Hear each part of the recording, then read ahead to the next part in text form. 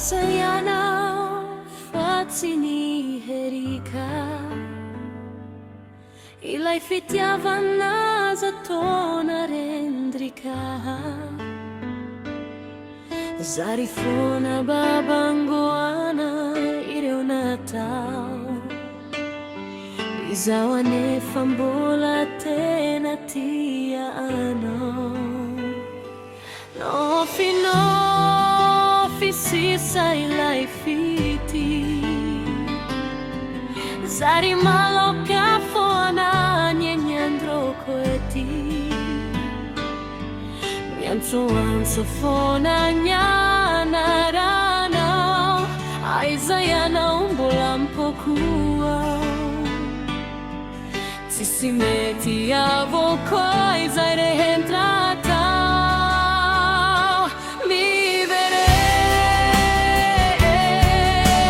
fa mbola manantena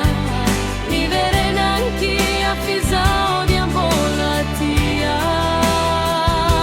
mivere nae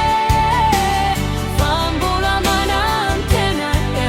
mivere nanky afizao dia mbola tia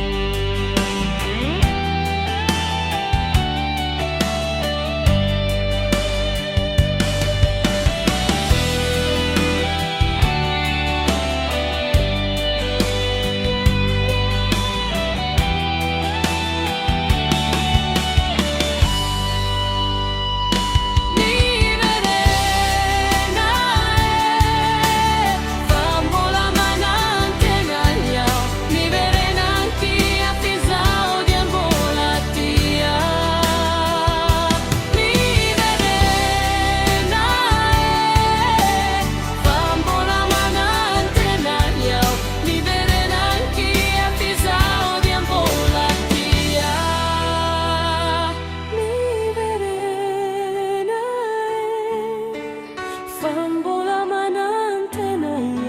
mi vere nanky afizao dia mbola tia